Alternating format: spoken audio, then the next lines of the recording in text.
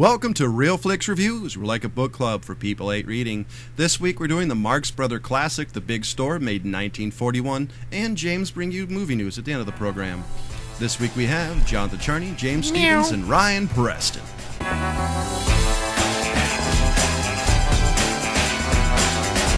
Welcome to Real Flix Reviews. I want to remind you guys that we have a Facebook page, so please drop us a line or tell us what movie you'd like us to review. And to start the show off, Ryan has the description of this movie. That little one. Do. Or what little description there is. How do you describe a Marx Brothers movie? This is how they pulled it off. Shenanigans. A detective is hired to protect the life of a singer who has recently inherited a department store from the store's crooked manager. Now, I've said it before, all you gotta do is put that and then say starring the Marx. That was awesome. This, I gotta say, I want to start off since I'm probably the one who you are the odd man out. Yeah, I haven't seen a lot of Marx Brothers stuff, and have you seen any Marx Brothers stuff? No, this was the first one. This is the first whole movie of theirs I've seen. This is cool because I'm always interested in a fresh opinion. 80 years after the fact. Right? I'm a little late on this particular bandwagon. Yeah. I love this movie though, just because it's a giant gag. Even the gags are leading up to other gags later down the line. Yeah. This is one of the reasons I love anything with the Marx Brothers is the quotes in this movie. There's scene where they're doing like some sort of fashion show, and they have these probably the greatest quotes of any movie I've ever heard. Sing while you sell. Yeah. And one of them is this is an American Navy girl. Every night there are two sailors waiting to convoy her home. My favorite one, this is this is known as the California dress. On a clear night you can see down to Catalina. Which is funny if you live in Southern California. Right? Or know what the hell Catalina Island is.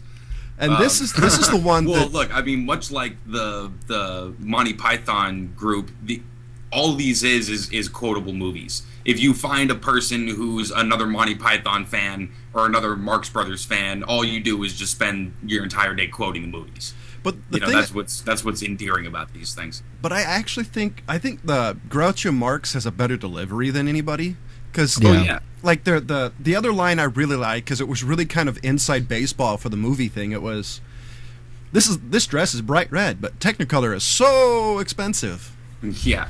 They were big fans of breaking down a fourth wall like that, always kind of winking at the camera, especially Harpo, because he didn't talk. I mean, right. So a little honk and a wink, towards the audience, it's terrible. I gotta say, I think it's all timing. Yeah. Oh yeah. It really is. I think Harpo, though, out of all the Marx Brothers, the fact he doesn't talk, he conveys so much of the story. Like the scene where he's doing the harp. Oh yeah. His facial expressions, absolutely amazing to watch. Well, a lot of these movies is almost just an entire talent showcase, Except for the fucking singing. Dear God, all the singing, especially the singing in this particular movie, which I was going to say most of it was Tony Martin screwing it up. To be honest, yeah, it was really the pacing. off-putting. I mean, he kind of grammophoned at home. I mean, you just see like the progress of the story, the jokes, everything, and just flying along, and then all of a sudden, Tony Martin, no! It's like, are you kidding me, dude? How long is this? 8 minutes? It's like, at the heart of it all, Groucho Marx was really a song and dance man. That's what he loved doing. That's why every one of his movies he's got a song and dance in there. But it totally messed up the pacing. It was boom, boom, boom, boom. Well, I think audiences at the time sort of came to expect it when every other movie had, Fred Astaire in it. Yeah. True. It's all his fault. Yeah, I blame Fred Astaire. Tap dancing piece of shit. The other part those I mentioned earlier was all the gags. Like one of them was Harpo Marx following the newspaper lady to the cloth counter, and she had this hat frame, and asking, do you have this cloth? And so the lady's stammering and saying, well, it's expensive, we don't know, we don't have it. And then Harpo takes a pair of scissors and cuts the back end of her dress out. A very risque cut. You can't look away from Harpo for 10 seconds. He will cut your hat in half. Right? Well, I mean, that was okay. Look, this is the reason I love the Marx Brothers as opposed to the Three Stooges. Everybody always compares the two, but it's apples and oranges. You know, it's the difference between slapstick straight up and then like vaudeville. You know, this was straight up vaudeville. This was usually a stage act. You know, when they did it before all the money in the movies. I actually and think they just brought it to the stage. Matter of fact, Margaret, I can't remember her name, but the woman that was always with them, she was a vaudeville with them. You know, doing the circuit. I was gonna say, I think that the difference really is, I think the Marx Brothers are a little more Marx. That's right. I'll say it. Marx. Karl Marx. That's right. Damn communists. I think the Marx Brothers are more cerebral than just straight up beat the crap out of each other. Dumont. I mean, because it's a lot quicker. It's all dialogue. You know, it's all just witty things, and then Harpo Marx handing his leg to you. Yeah. Margaret Dumont is who you were trying to think of. Margaret Dumont. Yeah. She was always referred to as the fifth Marx brother. Yeah. The fifth Marx brother? Yeah, well, she was always with them. And, wouldn't it be the Marx Groucho sister? Always talks about, he the reason she was so good as playing the straight person was she never got the jokes. I'm not quite sure if that is a good or a bad thing. I mean, it's in the kind case of a mix of both. When you watch the movie, it plays. As a matter of fact, it's even funnier if you know that going into it. Going back to it, as Ryan said, you can't really take and compare Marx Brothers to the Three Stooges in the fact that they are completely different comedians. They're going after different jokes. Yeah. I mean, like you said, slapstick, where you're kind of doing a little bit more punchy jokes. Where it's all and stuff like that. Yeah. And then the Marx Brothers, where it's all cerebral. Like, I mean, when Groucho's delivering those lines, you have to listen to everything he's saying. Yeah. Because he's told you 10 jokes in the matter of 30 seconds. And and the way he delivers it too, And Harpo's telling you jokes with his eyes, with his facial smiles up, down, his cheeks, everything is moving. Or robbing the person blind when they're not paying attention. Yeah, and his movements, and then with the horns and everything. One of my favorite gags is him honking his horn and doing the fly whistle, and they're just like, oh, yeah, that's the way it's got to go. Yeah. Well, it's at the heart of it, they're just con artists. They're con men. Total. I mean, but unlike usual con men out to get money, these guys are pretty much just out to kind of ruin your day, right? And just mess with you just for their own amusement. Like my favorite scene that kind of shows that is the whole. The whole scene with the beds when they have that Italian family where 15 kids come in and I haven't seen you since the old country, and remember we used to stomp the grapes with you. Wacky, show them how to stomp the grapes. And 10 of the kids disappear, and the woman's like, I had 15 kids. And the guy's like, are you sure you had 15 kids? I just like the Why fact would you want 15 kids? Groucho comes up to him and goes, it is absolutely...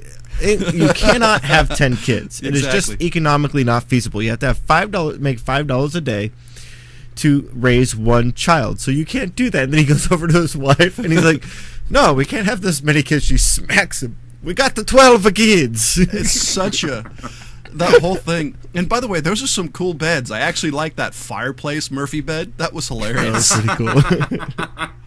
Well, then Groucho tells you the jokes of, this is how much for the bed? $8,000. What do you mean this is $8,000? I can get the same bed over here for $25,000. Yeah, but not with me in it. But there was another girl in there that Ryan pointed out at some point of that was doing the Sing What You Sell with the straight face. Oh yeah, I brought that up. Found her. Not on the show, but yeah, I love that one. Was she the one in the elevator? Brian? No. I don't know. Do you remember what her name was?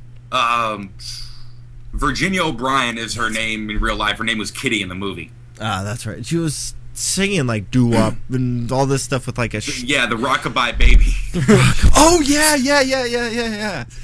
That was the creepiest thing I've ever seen. I loved it so much. Completely straight-faced, no emotion. Because it almost looks like she didn't want to be there in film days, so she just walk a bye, but yeah. But then she gets into it, like her voice gets into it. Her inflection in her voice is all there, but her face doesn't change. See, I really became fascinated by this chick and looked her up after watching the movie. I went on this hunt for this chick, and apparently she was just like the queen of deadpan. That was sort of her natural delivery. She never did a lot of film. I think this was one of her only actual film things that she did.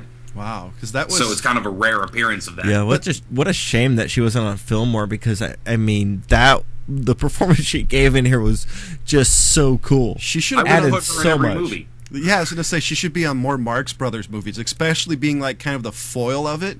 So just apropos of nothing, just drop her in anywhere. No, I was thinking like have at least one scene where she's dealing with one of the Marx Brothers and just have her go, have that, no deadpan reaction versus. I would love to have seen her in the Titanic when everybody dies, and she's just like, just in anything, just awesome. Just put that woman somewhere. Yeah, doing some weird rockabilly shit. Yeah. That's I gotta say though that Sing What You Sell, some of the parts I'm looking through it going, oh my god, you so couldn't do that scene. You had like when you had the black guys holding up the cotton. It was like I saw that going, oh my god, you'd have every rights organization trying to sue you. Well, you couldn't do it as a satire. You could do it as like a social commentary. That's the only way it would be accepted now.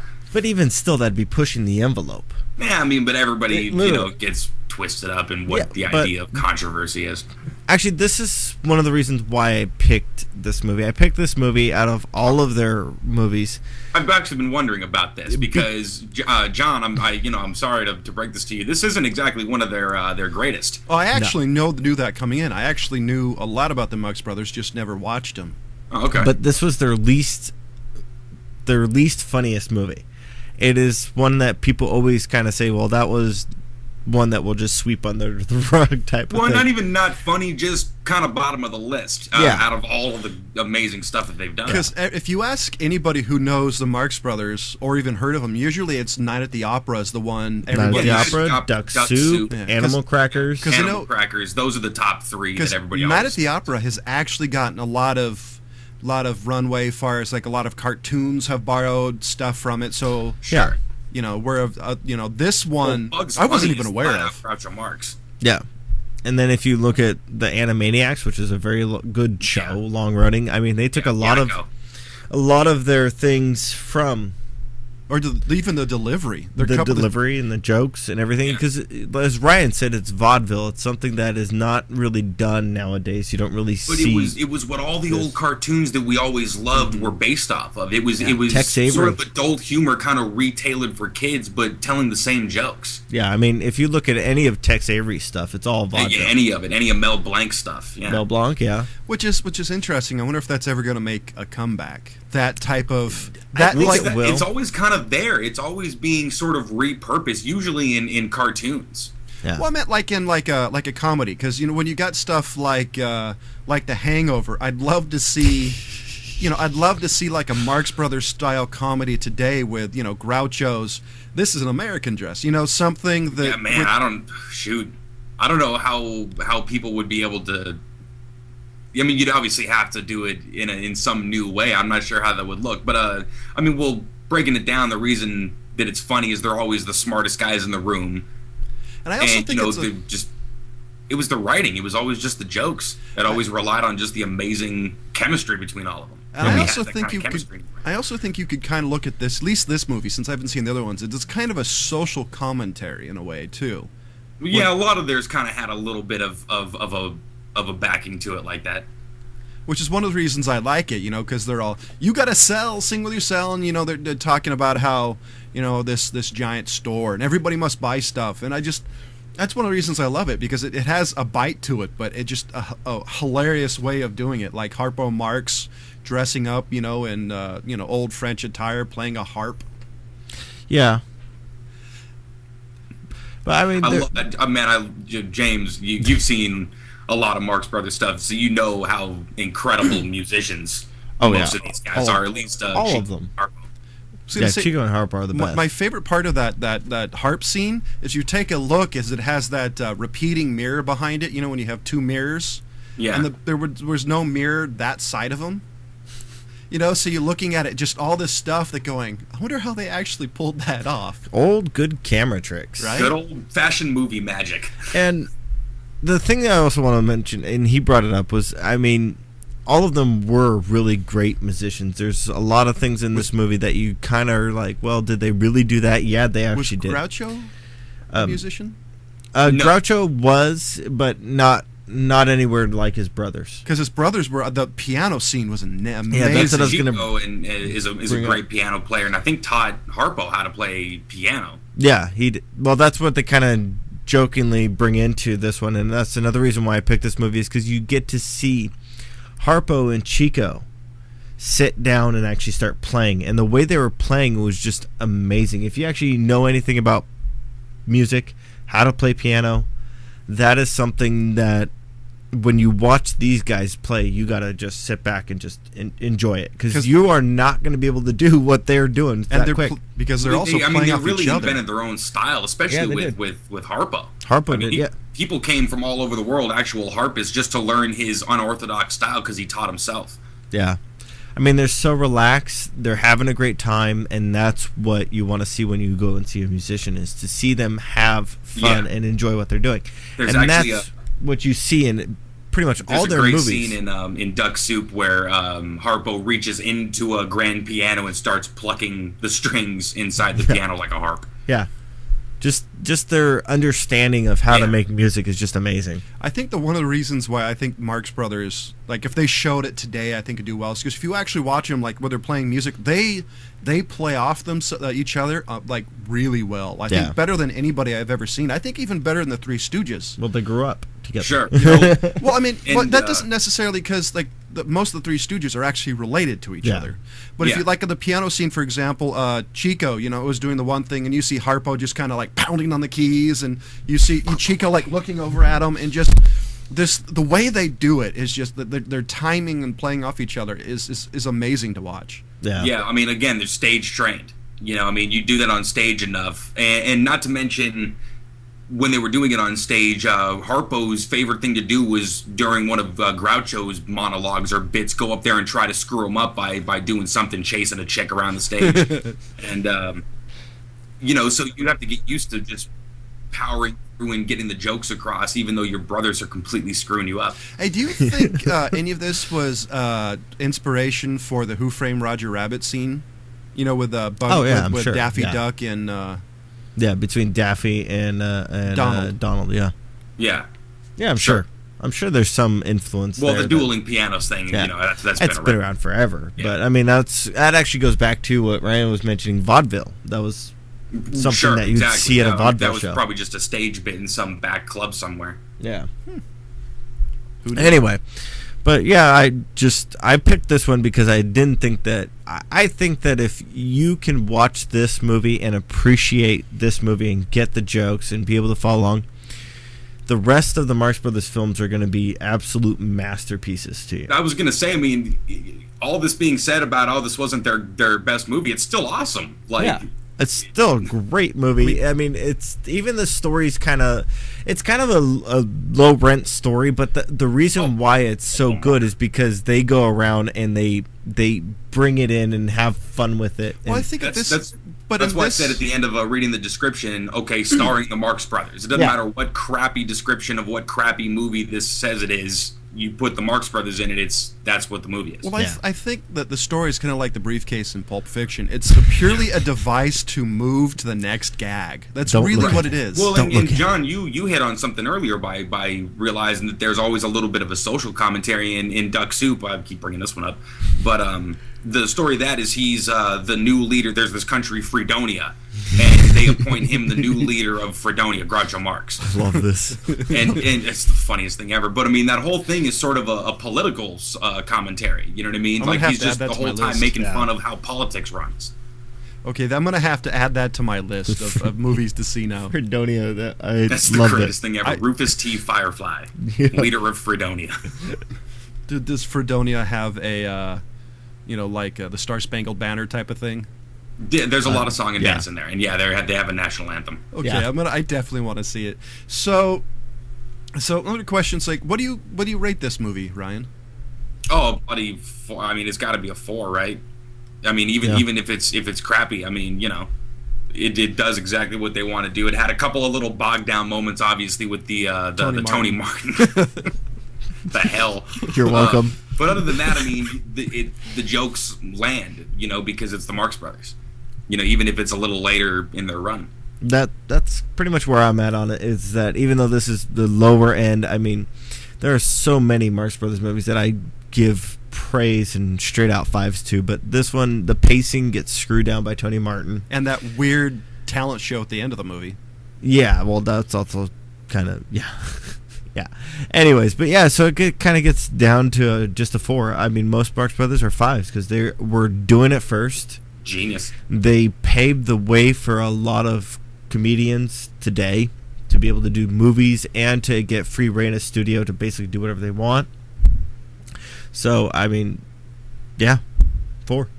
I got to agree. I think this is a testament to the Marx, the fact that 80 years later, this movie is still hilarious. We got a convert here, James. You know, it's the fact that not only that it's still hilarious, but the jokes still, even some of the more social commentaries, still fit.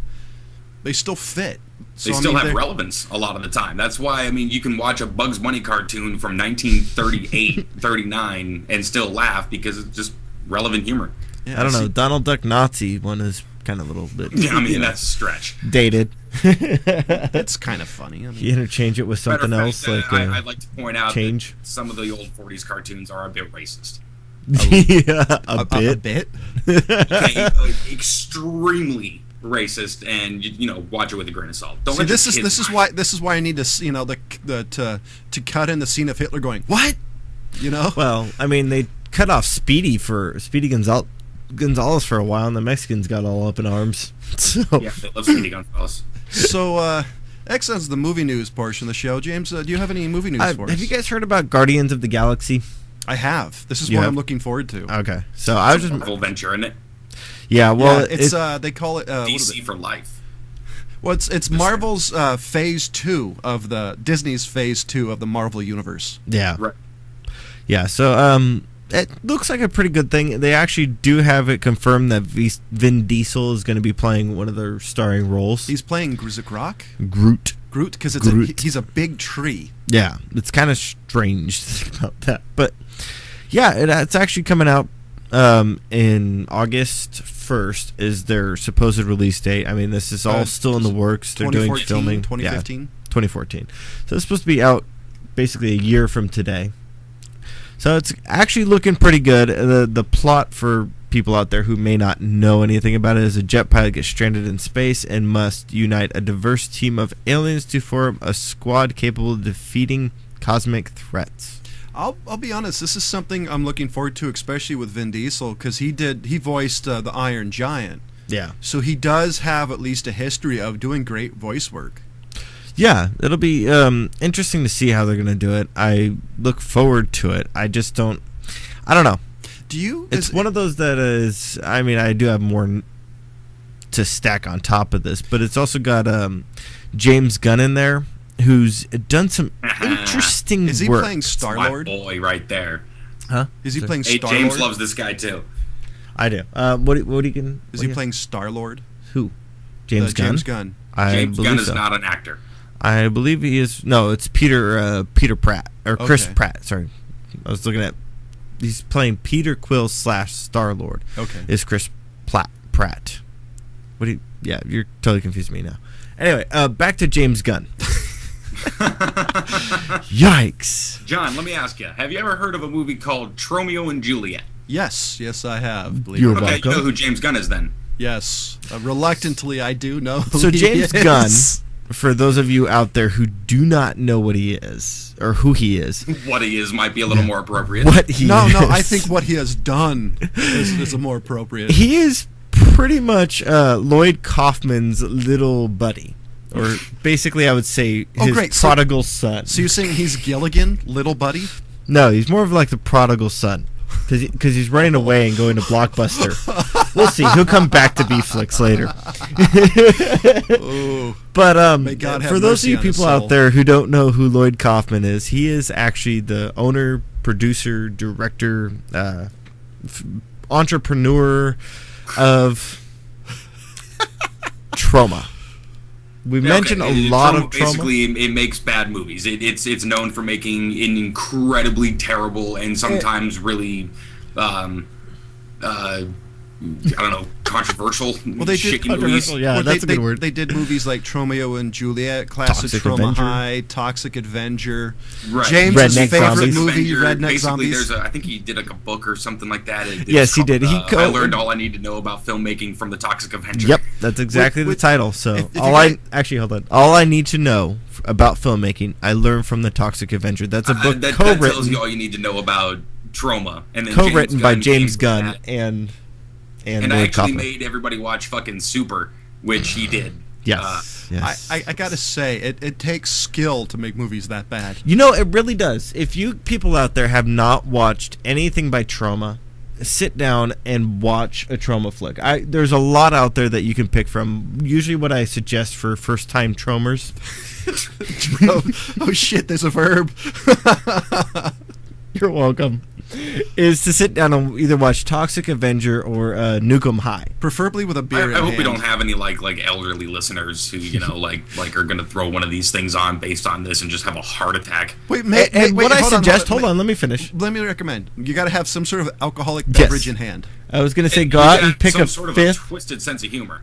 Go out and pick a fifth of the worst alcohol that you enjoy drinking. Polish that off, and then go buy the the most expensive alcohol you like drinking, and drink that while you watch the movie. So drink natural ice first, and then go to something good. Yeah. Or usually what I would say is Steel Reserve or something if you're going for beer. Slam a bottle of that before you go in. That's mean. Anyways, but yeah, so that's something that we got to mention is that Trauma does amazing at what they do. They are purposely making bad movies, and they do an excellent really job. well. Like you, even though they know what they're doing, they do it incredibly well. Mm-hmm. Yeah. So James Gunn has come from there, and he's basically turned his career into more of what would be accepted by mainstream. Sure. Yeah, he's turned the corner a little bit, but I mean, he still brings a little bit of his sensibility, from that kind of thing, or at least a little bit of the harshness. Tentacle porn. I don't think you could be involved in Trauma and not have some of that style, the sense of humor, to reflect a little bit in what you do. Because Trauma definitely has its own style. It has its own sensibility. So I definitely can't wait to see how that plays off in a big Marvel movie. Yeah, that's going to be an interesting thing, and I actually do like some of the things that James Gunn. I won't say love. I almost did. Too late. You said love. Shut your mouth. You said it. That he's done. There's a few of them that he's done. I know John really loves the Scooby-Doos and things like that. Okay. Now, since you bring that up, I've got to clarify. I'm a Matthew Lillard fan. That's the only redeeming value of that movie is Matthew Lillard. But he did Scooby-Doo 2 as producer. Let's take a look. Those movies have Freddie Prinze Jr., so it's almost a Trauma movie. He directed movie 43, which is one I haven't watched, but there's a lot of people that like movie 43. A lot of people like that one. Jackie Robinson, isn't it? Sorry, what? Wasn't that the Fairley Brothers did movie 43? Well, it says he's directed by James Gunn. Is that the Jackie Robinson Okay, movie? that makes more sense after saying it. No. Which one's 43? This is a series of interconnected short films follows. Oh, okay. Yeah. It's incredibly bizarre. It's an incredibly bizarre movie. Yeah. Because anytime there's a number, it's usually a baseball movie. Oh, no. Anyway, but he also Not 43, the Jackie Robinson story. wrote Dawn of the Dead. Did he? Yeah. Yeah, he did that one. Interesting. There's a lot of things that he's written that are really good movies that are out there. Like Slither was kind of weird. Slither was awesome. Yeah, kind of weird, but it was still good. But I mean, that's the kind of stuff that it's just different enough to keep your attention, for that kind of thing. Yeah. Anyways, so that's what one of them is. The other one I was going to mention is Secret Service. Have you guys heard of this one? The Secret Service, which is coming out 2014, around the same time. This one. It's basically what it is a veteran secret agent takes a young upstart under his wing, and it's another superhero type thing that they're kind of trying to make another buddy spy movie. Yeah. Now Michael Caine is supposed to be rumored to be in it. There's not much going for it, except for that this is somebody that's going to make Ryan get a little too excited. But it's Matthew Vaughn. Interesting. Really? He's writing it or directing it or directing. I don't know if he's writing it. Yes, he is also a writer on it. Interesting. But he did. Ryan, what are some of the movies that Matthew Vaughn is known for? Oh, what are you gonna fucking put me on the spot now? Fucking read your list, all right?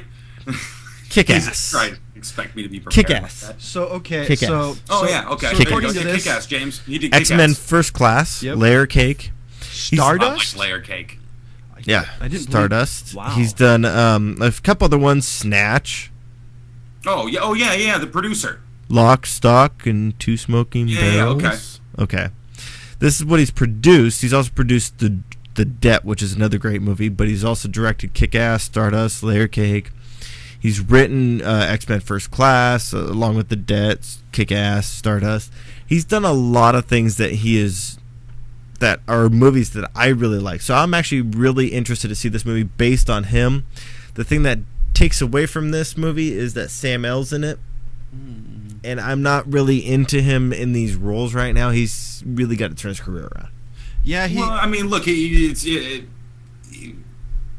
had his moments, and as long as it's, like not just him yelling, I'm tired of these motherfucking snakes, or something like that, then and he does okay. Well, I think, and look, it's a buddy spy movie. Like I said, this is going to be another Spy Games, something like that with Robert Redford, or Michael Caine is the whole guy.